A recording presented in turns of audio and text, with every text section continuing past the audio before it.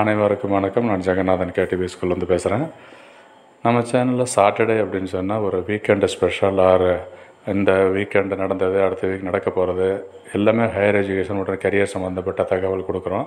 அந்த வரிசையில் இந்த வீடியோவில் ஒரு 2 தகவலை பார்க்கலாம். Latest news about higher education first போர்ஷனாகவும், செகண்ட் போர்ஷன் நம்ம top 15 highly paid or highest paid salaried person or package 15 இந்தியாவில் டாப் 15ல் இருக்கிற கோர்சஸை அதை படிச்சிருக்கிறவங்க அந்த ப்ரொஃபஷனலை பார்க்கலாம் அதை பற்றி. ஸோ இந்த 2 விஷயத்தை இந்த வீடியோவில் பார்ப்போம். அதுக்கு முன்னாடி நம்ம சேனலில் மறக்காமல் சப்ஸ்கிரைப் பண்ணி வைங்க. வீடியோ பிடிச்சிருந்துச்சுன்னா ஷேர் அண்ட் லைக் பண்ணுங்கள். ஓகே, நம்ம ஸ்டார்ட் வித் டிஎன்ஏயு அக்ரிகல்ச்சர் பொறுத்தவரைக்கும் 2021 டிஎன்ஏயு அக்ரிகல்ச்சர் அட்மிஷன் இது வரைக்கும் நோட்டிஃபிகேஷன் வரலை. ஆகஸ்ட்டு 2nd வீக்கு வரும். டேட்டு கூட 13ஆம் தேதிக்கு அப்புறம் ரிலீஸ் ஆகிறதுக்கு வாய்ப்பு இருக்குது, அதாவது நோட்டிஃபிகேஷன் வரதுக்கு. இது டிஎன்ஏயுவில் என்னென்ன கோர்சஸ்லாம் இருக்குது, என்னென்ன காலேஜஸ், என்ன சீட்ஸ், என்ன எலிஜிபிலிட்டி, கட் ஆஃப், நிறைய விஷயங்கள் இருக்குது. எல்லாம் அந்த வீடியோ பாருங்கள் நம்ம சேனலில். அடுத்ததாக ஐகார் இருக்குது. ஐகார் நோட்டிஃபிகேஷன் ரிலீஸ் ஆகிடுச்சு. அப்ளிகேஷன் ரிஜிஸ்ட்ரேஷன் ப்ராசஸ் ஸ்டார்ட் ஆகிடுச்சு. ஸோ ஐகார் எக்ஸாம் எழுதுறதுக்கு ரெடி ஆகுங்க. நம்ம சேனல் அது சம்மந்தப்பட்ட வீடியோவும் போயிட்டுருக்குது. ஐகார் எக்ஸாமுக்கு நிறைய டவுட்ஸ்லாம் இருந்துச்சு, அதையும் கிளியர் பண்ணியிருக்கிறேன். இது ஐகார் பற்றினது. நெக்ஸ்ட்டு பார்த்திங்கன்னா தனுவாஸ் எடுத்துக்கலாம். TANUVAS means veterinary admission. வெட்டர்னரிக்கு நம்ம தமிழ்நாட்டை பொறுத்தவரைக்கும் இன்னும் ஆல் ஓவர் இந்தியாவை எதுவும் அட்மிஷன் ஓப்பன் பண்ணலாம். ஐ மீன் நோட்டிஃபிகேஷனாக ரிலீஸ் ஆகலை. இந்த 2nd வீக்கு ரிலீஸ் ஆக வாய்ப்பு இருக்குதுன்னு சொல்லிகிட்ருக்காங்க. ஸோ அதுவும் எதிர்பார்த்துட்ருக்குறோம். அதில் இந்த விசிஏன்னு ஒன்று இருக்குது, veterinary council of India, all India கோட்டாவுக்கு. இந்த ஆல் இண்டியா கோட்டாவில் 15% சீட்ஸுக்கு பார்க்குறப்ப நீட் எக்ஸாம் முடித்தா தான் அந்த விசிஏக்கு போக முடியும். அண்டு தனுவாஸ் ஸ்டேட் கோட்டாவுக்கு பார்த்திங்கன்னா நம்ம +2 மார்க்கு ஸ்கோரை வச்சு தான் அட்மிஷன் ப்ராசஸ் நடக்கும். இது தனுவாஸ் பற்றினது. Next fisheries TNJFU, Tamil Nadu doctor Jayalalithaa fisheries university. அதில் என்னென்ன கோர்சஸ்லாம் இருக்குது, என்ன கட் ஆஃப் இருக்குது, காலேஜ் எங்கே இருக்குது அப்படிங்கிற விஷயம் இதெல்லாம் வீடியோ போட்டிருக்கேன். எல்லாம் பாருங்கள். இன்னும் அட்மிஷன் அங்கேயும் ஸ்டார்ட் ஆகலை. ஆகஸ்ட் 1st வீக்கில் ஸ்டார்ட் ஆகும்னு சொல்லியிருக்காங்க. அதாவது அடுத்த வாரம் ஆன்லைனில் வெப்சைட்டை பார்த்துட்டே இருங்க.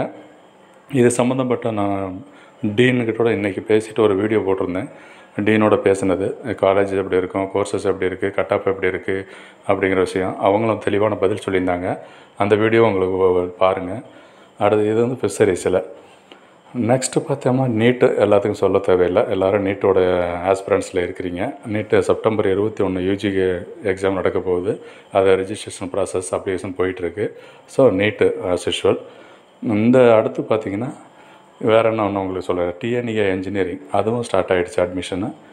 அதனால் அதுவும் நீங்கள் ப்ராசஸ் கண்டினியூ பண்ணுங்கள். ஆஸ் பர் ப்ராஸ்பெக்டஸ் எல்லாம் தெளிவாக படிச்சுட்டு நீங்கள் அப்ளை பண்ணுங்கள் எதாக இருந்தாலும். அடுத்ததாக பார்த்தீங்கன்னா என்ஜினியரிங் முடித்தோம். நெக்ஸ்ட்டு லா அண்ட் ஆர்ட்ஸு, அந்த மாதிரிலாம் லா, ஆர்ட்ஸு, காமர்ஸ் குரூப்பு, அதாவது arts and science college admission அதுவும் ஆரம்பித்தாச்சு. அதுவும் ப்ராசஸில் போயிட்டுருக்குது. ஸோ கவுன்சிலிங் டேட்லாம் கூட வந்திருக்குது. ஸோ இப்போ இந்த விஷயமெல்லாம் latest news about higher education நம்ம நடந்துகிட்ருக்கிற விஷயம். ஸ்கூல் எஜுகேஷனை பற்றி சொல்ல தேவையில்லை, அது இன்னும் அப்படியே கொஞ்சம் டயலமாவிலே போயிட்டுருக்கு. அதனால் நம்ம சேனலை பொறுத்த வரைக்கும் நிறைய விஷயங்கள், உண்மையான விஷயங்கள் உடனுக்குடனே நம்ம வியூவர்ஸ், சப்ஸ்கிரைபர்ஸ் சொல்லணும் அப்படிங்கிறது தான் நம்ம ஐடியா. ஸோ தொடர்ந்து அந்த சேனலை பார்த்துக்கிட்டே இருங்க.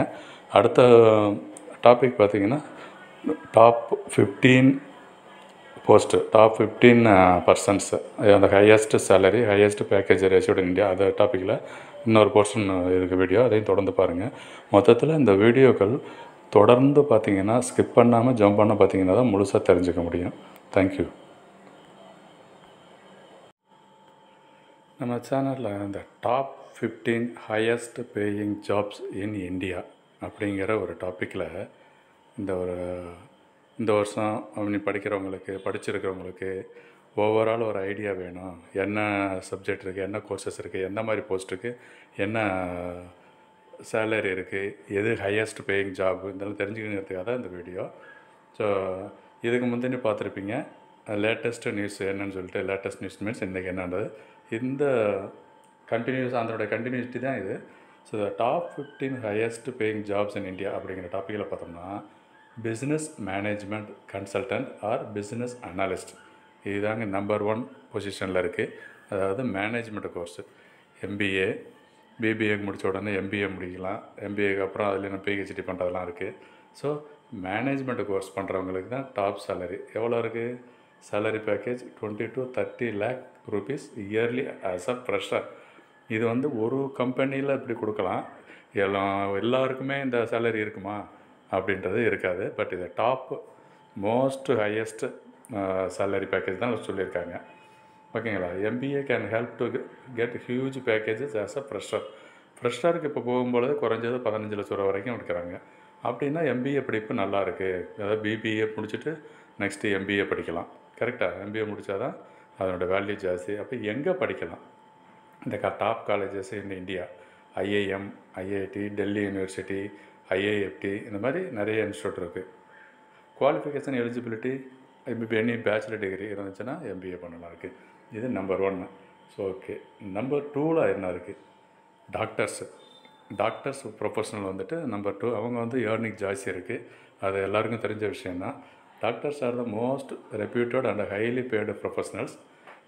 Fresh medical student can easily earn around 1 to 2 lakh a month.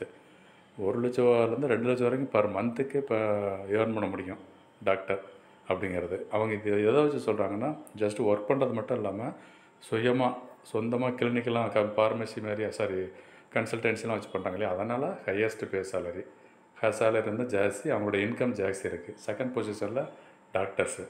Third பார்த்திங்கன்னா air hostess or cabin crew. இது ரொம்ப top most wanted means highest pay பொசிஷனில் இருக்குது. This is the most prestigious profession for girls and boys ரெண்டு பேருக்குமே. சாதாரணமாகவே 1 to 1.5 lakh per month அப்படிங்கிறதெல்லாம் அவங்க ஏர்ன் பண்ணுவாங்க. ஸோ இந்த மாதிரி விஷயங்கள்லாம் பார்க்குறப்ப இந்த தேர்ட் பொசிஷனில் ஏர் ஹோஸ்டஸ் இருக்குது. இதுக்கெல்லாம் என்ன குவாலிஃபிகேஷன், எஜுகேஷன், எலிஜிபிலிட்டி இதெல்லாம் வந்து இந்த ஸ்க்ரீன்லேயே நான் கொடுத்துருக்கேன். நீங்கள் தொடர்ந்து பார்க்குறப்ப அது பாருங்கள், தெரிஞ்சுக்கலாம் இருக்குது. நெக்ஸ்ட்டு 4வது இடத்துல யார் இருக்கா அப்படின்னு கேட்டிங்கன்னா, சார்ட்டர்ட் அக்கௌண்டன்ட்ஸ். ரொம்ப costliest professional. CA is a very well reputed profession and will need very good mathematics and accountancy skills. கண்டிப்பாக மேக்ஸ் ஸ்கில்ஸ் வேணும், அக்கௌண்டன்சி ஸ்கில்ஸ் இருந்தால் தான் சிஏவாக ஆக முடியும். அது ஒரு டஃப்பான கோர்ஸு. பட் படித்து முடித்து வந்தாங்கன்னா அது வந்து நல்ல சேலரி, நல்ல பேக்கேஜ் இருக்குது. அவங்களுக்கு வருமானம் நல்லா இருக்குது. எலிஜிபிலிட்டிலாம் இருக்குது பாருங்களேன். இவங்க தான் காலேஜ் போய் தான் படிக்கணும்னு அவசியமே இல்லை. அந்த நடத்துகிற எக்ஸாம் பாஸ் பண்ணாவே போதும் இருக்குது. ICAI அந்த எக்ஸாம் கிளியர் பண்ணால் போதும். ஆனால் அது கிளியர் பண்ணுறது டஃப்பாக இருக்கும். கோச்சிங் சென்டர்லாம் இருக்காங்க அதுக்கு, சார்ட்டர்ட் அக்கௌண்ட் படிக்கிறதுக்கு. அடுத்து கமர்ஷியல் பைலட்டு. இது அடுத்த பொசிஷனில் இருக்குது. அது 5வது இடத்துல. பைலட்டு ரொம்ப முக்கியமானது. எப்படி ஏர் ஹோஸ்டஸ் இருக்காங்களோ அது மாதிரி பைலட்டுக்கான கோர்சஸ்லாம் இருக்குது. அவங்க வந்துட்டு 5வது இடத்துல இருக்குது. 1.5 லட்சத்துலேருந்து 6 லட்ச ரூபா வரைக்கும் கூட மந்த்துக்கு ஏர்ன் பண்ணுறதுக்கு அளவுக்கு அவங்களுக்கு வருமானம்லாம் வருதுங்க, கொடுக்குறாங்க. அடுத்து 6வது பொசிஷனில் யார் இருக்காங்கன்னா, ஏரோநாட்டிக்கல் இன்ஜினியர். அந்த ப்ரொஃபஷனல்ஸு அவங்க 6வது position. Many people are not aware of this engineering. This is also qualified occupation and you need to be a science student. முக்கியமாக சயின்ஸ் ஸ்டூடெண்ட் மேக்ஸ் இருக்கு இல்லையா, அதான் 50,000லேருந்து 3 லட்சம் வரைக்கும் இப்போ மாதத்துக்கே சம்பாதிக்க வாய்ப்பெல்லாம் அதில் இருக்குது. சம்பாதிச்சிட்டு இருக்கிறாங்க. அதனால் ஏரோநாட்டிக்கல் இன்ஜினியர் 6வது பொசிஷன். 7வது பொசிஷன் வந்து கம்பெனி செக்ரட்டரி, சிஎஸ்ன்னு சொல்லுவாங்க. இது கொஞ்சம் பாப்புலர் ஆகிட்டுருக்கு. இது வந்து கிட்டத்தட்ட சிஏ மாதிரி, சார்ட்டர்ட் அக்கௌண்டன்ட் மாதிரி கம்பெனி செக்ரட்டரி. இப்போ ஒவ்வொரு கம்பெனியும் இந்த மாதிரி செக்ரட்டரி வேணும். கம்பெனியோட குரோத்து, அந்த ஸ்டாட்டிஸ்டிக்ஸ் பார்க்குறதுக்கு, அந்த கஸ்டமர் ரிலேஷன்ஷிப் பார்க்குறதுக்கு, இதுக்கெல்லாம் தேவைன்றதுனால தான் இந்த 7th பொசிஷனில் இருக்குது கம்பெனி செக்ரட்டரி. அடுத்து 8th பொசிஷன் யார் இருக்கா? லாயர்ஸுங்க. லாயர் அவங்களுக்கு வந்து கேஸ் இருந்தால் வாயுள்ள பிள்ளை பிழைக்கும் அப்படின்னு சொல்லுவாங்க. அது மாதிரி லாயருக்கு வந்துட்டு வாதாடுற திறமை இருக்கணும். அது இருந்துச்சுனாவே அவங்களுக்கு இப்போ சாதாரணமாக மாதத்துக்கு பார்த்திங்கன்னா வருஷத்துக்கே 7 லட்சத்துலேருந்து 9 லட்சம் ரூபாய்க்குலாம் வருஷத்துக்கு சம்பாதிக்கிறோண்டு. இதெல்லாம் வந்து ஒரு ஸ்டார்டிங் ஸ்டேஜில் நான் சொல்கிறது இருக்குது. அடுத்தது 9வது இடத்துல யார் கேட்டிங்கன்னா, civil services, IAS, IPS, IFS, IAS இந்த மாதிரிலாம், Indian administrative services, police services, forest services, foreign service, Indian engineering service, இந்த மாதிரி பொசிஷன் அந்த எக்ஸாம் எழுதி கிளியர் பண்ணுறவங்க அவங்க வந்து 9வது பொசிஷனில் நல்ல சேலரி, நல்ல அவங்களுக்குலாம் ஒரு ஸ்டேட்டஸ் நல்லாயிருக்கும், ஹை ஸ்டேட்டஸு. அடுத்து master chef or executive chef. ஹோட்டலில் இருக்கிறவங்களுக்கு, ஸ்டார் ஹோட்டலில், கார்ப்பரேட் ஹோட்டலில் எல்லாமே செஃப்பாக இருக்கிறவங்களுக்கு பயங்கரமான சேலரிங்க. 1,00,000லேருந்து 3 லட்சம் மாதத்துக்கு 1 to 3 லட்சம் வரைக்கும் சம்பாதிக்கிறாங்க. அவங்களாம் என்ன எலிஜிபிலிட்டி அப்படின்னா bachelors degree in hotel management. 10வது இடத்துல அவங்க. 11 பார்த்தீங்கன்னா வெப் டெவலப்பர், அதாவது ப்ரோக்ராமர்னு வச்சுக்கலாம், வெப் டெவலப்பர்னு வச்சுக்கலாம், ரெண்டுமே. இவங்க வந்து வெப் டெவலப்பர்ஸ் அது என்ன கம்ப்யூட்டர் நாலேஜ் பர்டிகுலராக இதில் HTML அண்டு ஜாவா இந்த மாதிரி லாங்குவேஜில் பர்ஃபெக்டாக இருக்கணும். அப்போ தான் அவங்களுக்கு சர்வைவ் பண்ண முடியும், நல்ல சேலரி இருக்கும். 12வது இடத்துல யார் இருக்குது அப்படின்னு சொன்னால் டேட்டா சயின்டிஸ்ட். இப்போ கொஞ்சம் பாப்புலர் ஆகிட்டு இருக்குது இந்த கோர்ஸு. டேட்டா சயின்டிஸ்ட்டு அவங்க என்னென்ன இந்த ரெஸ்பான்சிபிலிட்டிலாம் சொல்லியிருக்கேன் பாருங்களா, இன்ஃபர்மேஷன் கலெக்ட் பண்ணணும், அனலைஸ் பண்ணணும், அதை இன்டர்பிரேட் பண்ணி கொடுக்கணும். ஸோ இது வந்து இப்போ எல்லா கம்பெனிலையும் இந்த மாதிரி எடுக்க ஆரம்பிச்சிருக்காங்க. டேட்டா சயின்டிஸ்ட் கோர்ஸு முடித்தவங்கள ஒவ்வொரு ஸ்டாஃபோ அட்லீஸ்ட் ஒருத்தராவது கம்பெனியில் வேணும்னு சொல்லி வச்சுருக்காங்க, கார்ப்பரேட் கம்பெனியில். அக்ரிகல்ச்சரல் சயின்டிஸ்ட் அண்ட் என்ஜினியர்ஸ் இவங்க தான் 13வது இடத்துல இருக்காங்க. என்ஜினியர்ஸு கிட்டத்தட்ட எல்லாமே அக்ரிகல்ச்சர் சயின்டிஸ்ட்னால் அக்ரிகல்ச்சர் என்ஜினியர் ஆர் சயின்டிஸ்ட்டு அந்த கேட்டகரி. அக்ரிகல்ச்சர் நல்லா இருக்குது 13. நம்ம சேனலில் நிறைய அக்ரிகல்ச்சர் ஆஸ்பிரண்ட்ஸ்லாம் இருக்கிறீங்க, அவங்களுக்கும் இந்த விஷயம் ஒரு நல்ல தகவலாக தான் இருக்கும், பாருங்கள். அக்ரிகல்ச்சர் சயின்டிஸ்ட் வந்துட்டு 13வது இடத்துல இருக்குது.